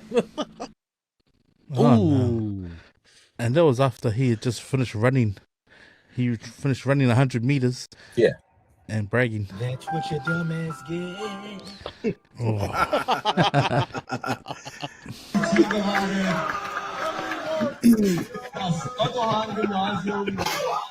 Oh. Crazy. There's obviously that trend, I think, just before it's weekend above. But obviously the trend of the couple at the Coldplay camp. But Oh yeah. man, what a way to unite the world, eh? Because if you think about it, every time the camera goes around a stadium now, and there's a couple holding hands, they literally move out of shot. Like, how cool is that? Like, if you're not gonna, become famous because of your actions and your public apology, why not become famous for starting a new trend? That's pretty Fia Poko right there, right?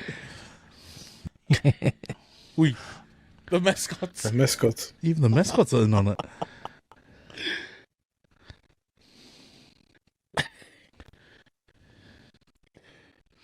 There's only one more Fia Poko here, and it's obviously a couple on a bus, and what looks like a womanly dressed old man. He's been accused of taking something, and I thought to myself, man, it must happen to the better of us, but I don't know if any of you guys have dealt with it. It won't only work with my phone. Let's match it. Where did you have him to take it? Where did you have it? Sorry, let me check my bag. Check your bag now then. Check your bag now. You hold on to it and just check your bag in case it's yours. So what do you do when you accuse someone of taking your AirPods and then they realize they're just the same ones as your own ones? It's got my name on it. Is it your name? Where's the name on it? Where's your name? My name's Neil Ashford. I can prove it. Oh my God. It's the same. Oh, but it's the same.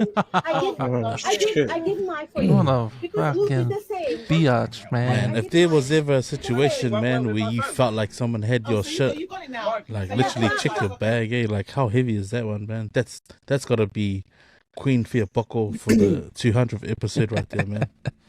Chuck it over to you guys, man. You gotta pick one, man, because you're that lady. Wow.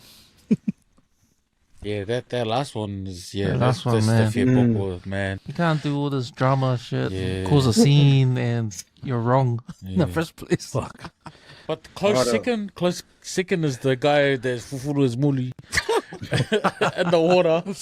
Oh, And the guy was just drinking it. that's literally called what you call a real eat ass, man. Like, he was like splashing, like, Yeah, that was disgusting, eh? Did you have one? Yeah. For me, probably. I was going to choose that one. The guy was Kito on the fucking little waterfall, the little water feature, and then the other guy getting hepatitis B. Man, that's just stupid, eh? But most definitely the last one, I felt for that guy, yeah, man. But that female, man, far out, man. Yes. How stupid, eh?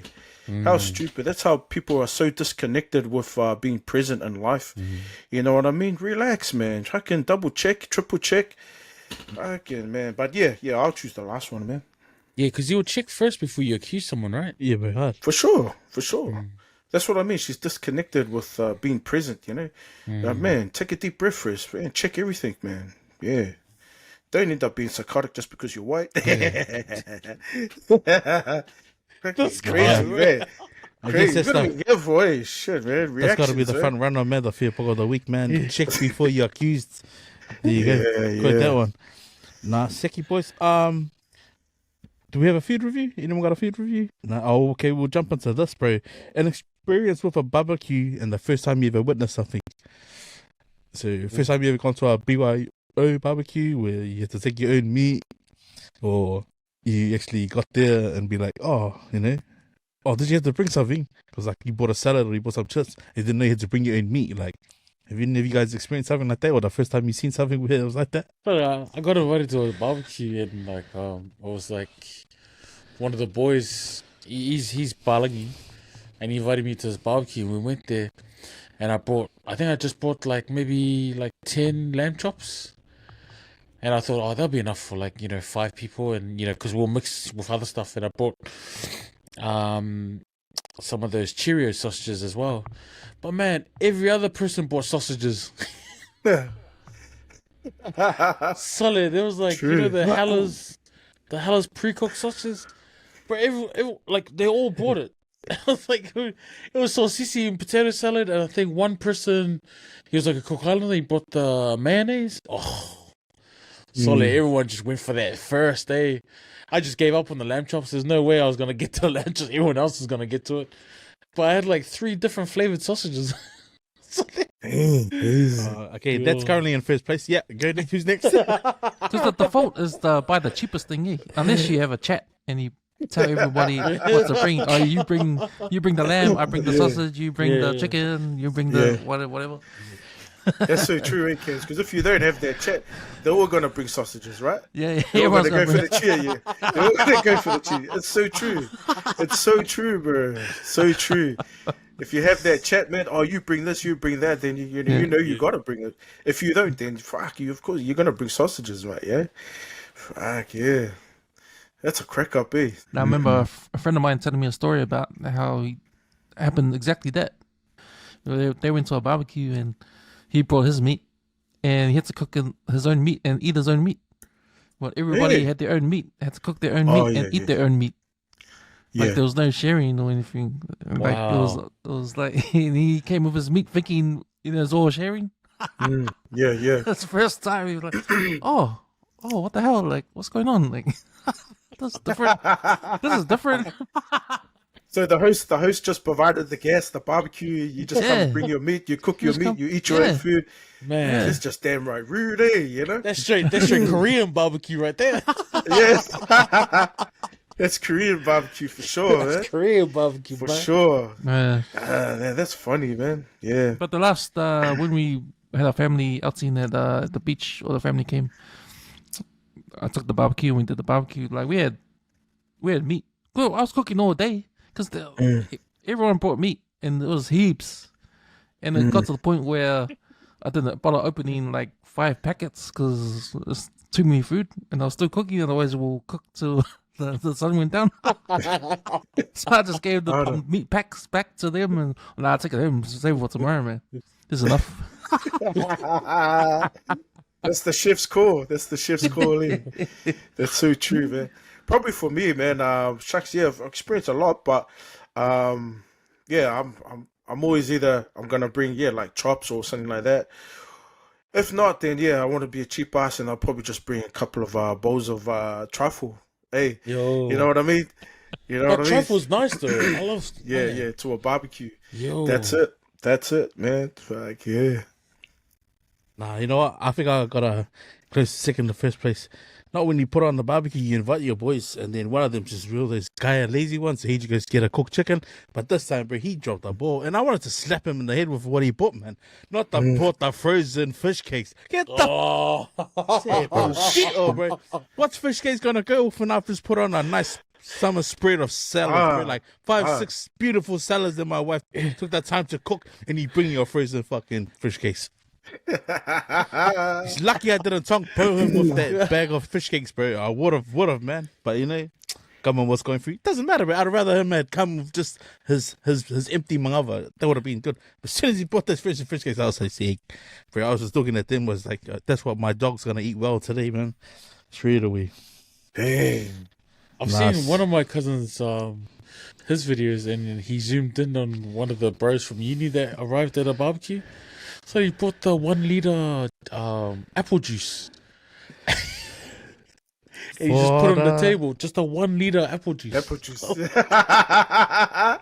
Those are the ones that there's always somebody like that, that comes to the barbecue, boys. There's always somebody like that, Seki Oos, are you able to share that social media post of the week before we wrap up? I don't know if any of you guys have seen it, but this guy's this has to be the play of the year, man. Like, if there's gonna be NRL, like what's it called, the Immortal, what do they call it, the Daily M play of the year? Well, you gotta give this guy a front running in there, man. I don't know if you know this guy, like, but this here was titled The Tongan Players Who Have Changed the Game. Man, give it up to the rest in peace to the legend himself, Mr. Chona Lomu. Then he got Mr. Izzy Folau, and obviously he knocked zero fucks to share speaker's mind. And then he got JT, the man who did it at the Rugby League World Cup, man. Then he got this comment on the bottom here. I don't know. Then actually you know his real name, but let's just say his name's Makisi. But if you've been following, man, you can probably find it on our social media platforms, bro. That guy's story has just gone worldwide, man. And I just thought, man, that's got to be hilarious, bro. Engineering was what gave it away, but engineering. The Tinder Swindler. The Tinder Swindler. You know what's funny about the story is that, you know, with Samoans and Tongans, there's been a rivalry. It's friendly rivalry, sort of like New Zealand against Australia. You know, we always joke and banter about each other and all that. We try to get on top of each other and all that kind of stuff. Yeah. So it's really funny when maybe a Pacific Islander comes on the news for something good or something bad. We always like to claim them. Like if someone does bad and they're on the news and they're Samoan's like to say, nah, he's not Samoan. He's not Samoan. He's Tongan. Or vice versa. If someone comes on the news, does some bad stuff and he's Tongan, they'll say, nah, he's Samoan. Nah, he's Tongan. So that's the case with this guy, man, the Tinder Swindler. And I saw the news footage on Australia because it's in Australia, eh? Yeah. They did a whole piece on him. And man, he's one of those dudes that, man, has what, five girlfriends at one time? Or just goes from girl to girl. Oh wow. And like, yeah, it's one of those guys. But the lies he tells, like the lies is diabolical, man. Like the effort he puts into his lies, like everything, like he makes a different life. Oh, He even creates a twin. He's got a twin, but it's just him. But he photoshops his photos, and he's at places, and he rings in, and he all this other stuff. Like, man, the effort this guy goes through to tell a lie. So he just spit billows and he's got a twin. Like he made up a twin. He made up a twin into himself. He got a girl pregnant. He got a girl pregnant. Yeah. She was Tongan. And then he got to the point where, like, hey, I just landed a job in Dubai. I'm there for work. I'm now returning home. And then he actually went over to meet her over in Oz, and then said he found out that she was Gore. Then he did the gap and went back to Dubai, was sending her photos, and he's dressed up like saying he's different people, like in the Navy, in the Army. Like he's one of those guys, man. But he's just based his whole life on Papelos. What makes this guy a social media person of the week is because now the Samoan and Tongans don't want to claim him. They're like, you know how we had Renea? We had Renea, right? The one who, the Mateo guy? Yeah. Well, this guy, first equal, bro. Like, it's like, chill. But no one wants to claim him, man. That's the thing. So what is he?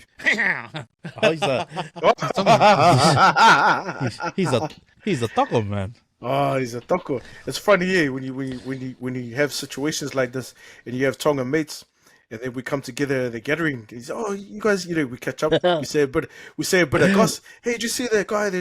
Oh yeah. Then one of the boys say, hey, he's Tongan. Your Tongan mates jump in. He said, no, he's not Tongan. I think he's some guy. He's like but it makes it very uncomfortable. And then you have those comments. Then you have some of those comments. Some of the boys when they argue, even you see it, they say, oh, name a famous Tongan. Then name a famous Tongan. Well, sorry, Toko. Now you got a famous Tongan. Yeah, because apparently it went viral, right? He's really viral. He's gone viral. But Cam's is right, eh? When you think about it, how much effort did this guy put into just fucking wear many faces? You know what I mean? He has to have been mutty. He has to be mutty, man. Like to go as far as that. But it makes it makes you not want to know what happened to him to make him go as far as he did, like with all those ladies.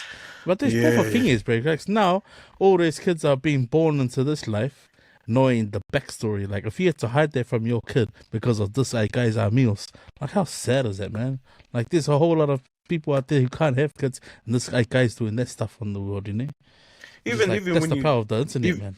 Exactly. Even when you're saying he traveled to Dubai and then he made a bullshit story, that's where he's working. Fuck, how much effort do you gotta?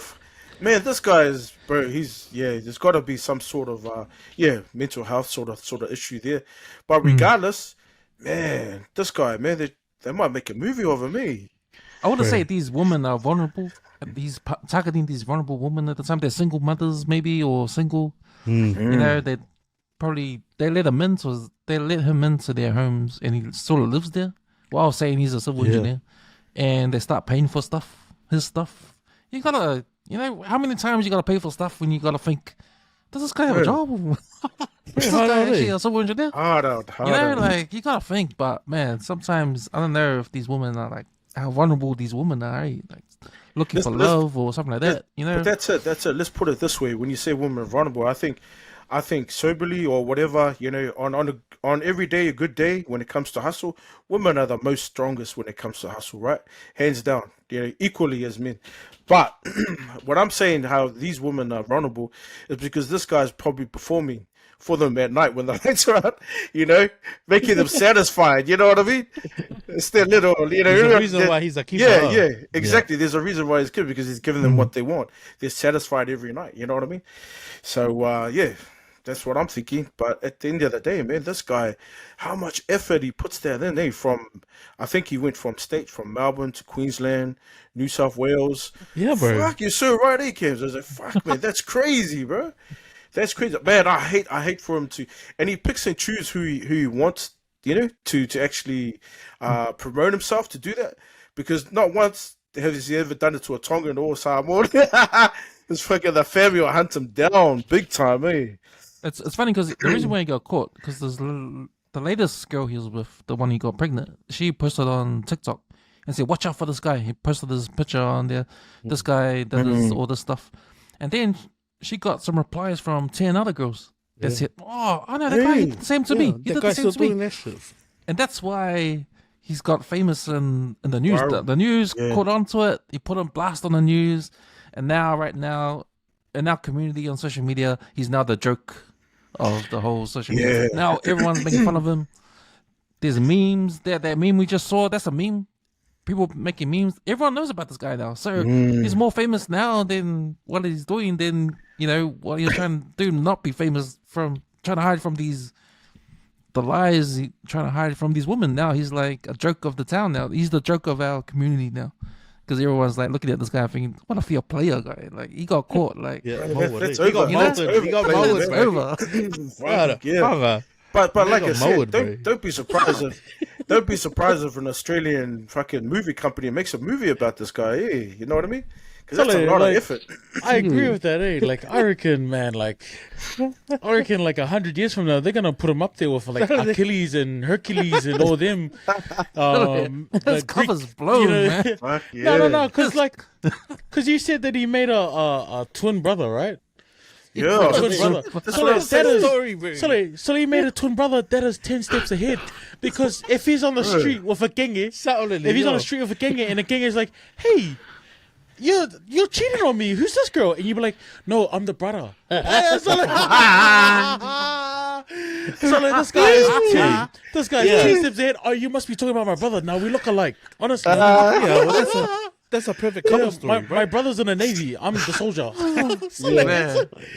So like, this guy's 10 steps Who's the ahead, girl? bro. Who's the girl on your right hand shoulder in the photo? Oh, it's my cousin. It's my cousin. So like, this guy's 10 steps ahead. So like, this guy's... Nah, straight up there, someone should take it and write a movie about it. And call Catch it, me if you can. Hey, catch me if you can. Yeah. Catch me if you can, Fuck, part man. 2. That movie probably do well, eh? Catch me if you can. Catch me if you can. Release it The movie would probably do well, eh? Because, you know, everybody would want to know that story. How the fuck did you do that? You know what I mean? Not only that, it'll probably resonate with a lot of people. Yo, Yeah, this guy needs to be probably after when the movie finishes, don't be surprised if a lot of guys come out of that movie and say, "That's my hero." I don't know. You know what I mean? It's true. You know what I mean? Once they get the backdrop of the story, you'd be surprised how many males will come out and say something stupid like that. Say, "Fuck, that's my new hero." You know? Far out. not the top selling book.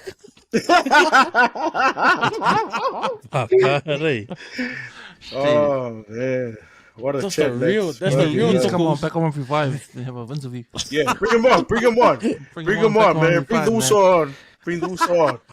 Yeah, he's got to Let's get keep the the same first energy, interview. though. Fuck he will be. He'll start bullshitting to us.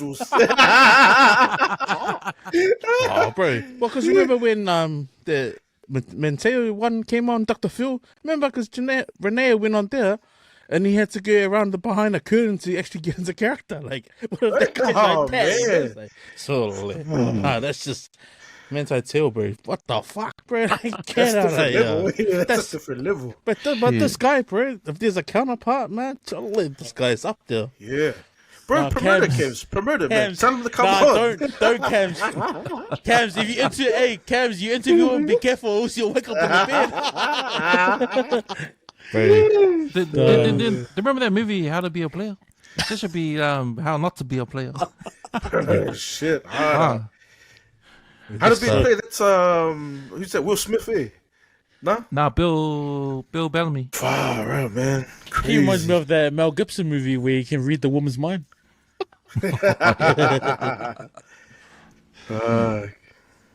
Certainly. Well, gentlemen, bro, that pretty much brought us to the end of our 200th episode of Empty Out the Clip. Yeah. What a feature, man. Oh, Man, before we wrap up our 200th episode, last words, man, just wanted to take this opportunity to thank producer Cams and also our Wiz Network family, man. Just through the companionship of being able to share a word and share our own personal perspectives and life as well. You know, there's probably not many platforms that lets people be able to jump on and share just, you know, our own 5 cents in any space, so let alone this podcasting space that producer Cams has truly made his own and pretty much put a West Auckland hood tweak to it, you know. So even for the family that we've lost in the last 4 or 5 years, and those who are stalwarts of the Wiz Network altogether, to our also eyes. But they will go around and start with you, Kaiser. Some final words. Yeah. Thanks for having me on for the 200th episode. Probably a nice fast push, to make that 200 in the last 2 terms, I suppose, So it's been a blessing, it's been fun, and many more blessings to come for the Empty Out the Clip. West Networks as a whole network, and shout out to our viewers as well. Don't be shy, engage. Comment down below, especially Phoenix with his Mr. Color. Long story short, so I think we'll get a hat for that one, and then at the end of the day, much alofa's whakamanuia atua. yeah, nah, same. Just along the same lines, man. Thank you to everybody that's kind of made this. Cams, man, like the work and dedication that you put behind the scenes, man, to make this all work.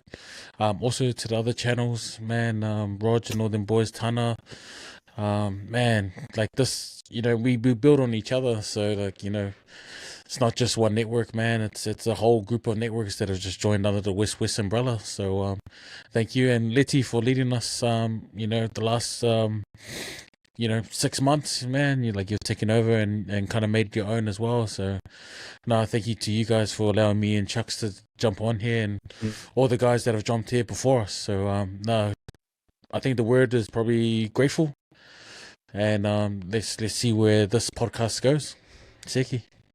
Nice. Shout outs to the most consistent podcast on the West Coast Network, Empty Out the Clip, man. Like week after week, man. Putting in the hours, putting in the work, man. Baby, right here. Nah, it just brings a tear to my eye, man, because, you know, we started this podcast thing in 2019. I mean, I was dropped the first ever podcast episode back on 135. And then the following year, we started the West Network and got all the other boys together and do other podcasts. And then Empty Out the Clip was one of them during COVID. So, man, it's been a long time since then, man. And made it to 200. You know, awesome.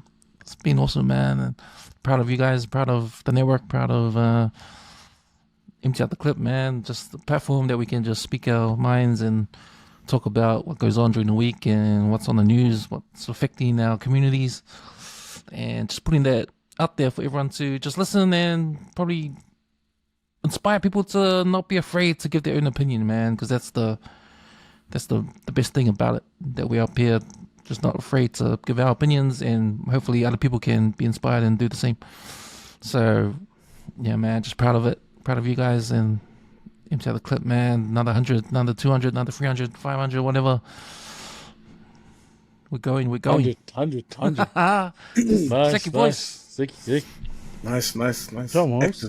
My final words. I just want to acknowledge some people who have jumped on board with us since I've jumped on podcasting. To Mr. NSL, Mr. Gausta, NSL, never see a lot of, for always spamming us with the gear. Another one's to Aki Prince and 50 Apparel. And also to 685 Vodka. Man, appreciate the love, the support, and just the constant reminder of what it is to be Pacifica and born and bred out West Auckland, especially this part of the world down here in Aotearoa. There's no other network like ours, man. It's all Pacific owned and run, man. You'll never see anyone else run it the way we run it. We run it our own way, genuine, unique, and pretty much the point of difference is having a broad perspective and a point of view. So my final words is be yourself and don't change for anybody. Don't ever let the company tell you and be their bitch. Live your day one heartbeat at a time.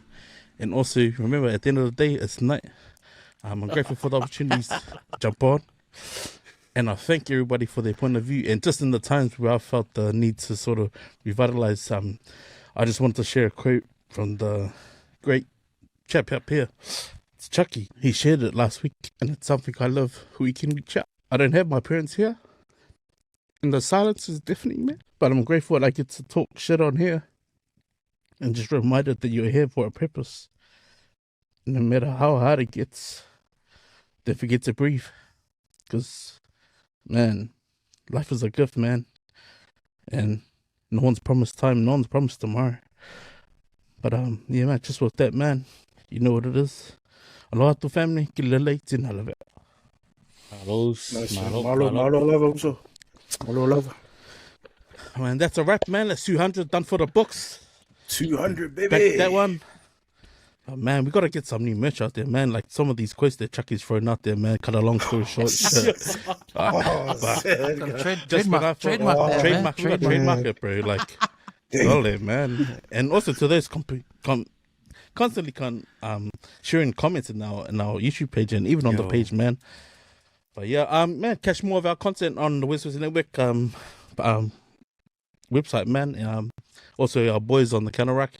Also tune in to our brothers on the 135 Footy Show. I'm wrapping up the end of the season NRL.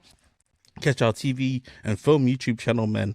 It's probably the hardest one popping off, man. The boys, the late returns and the 135 channel. They're Chief of Wars.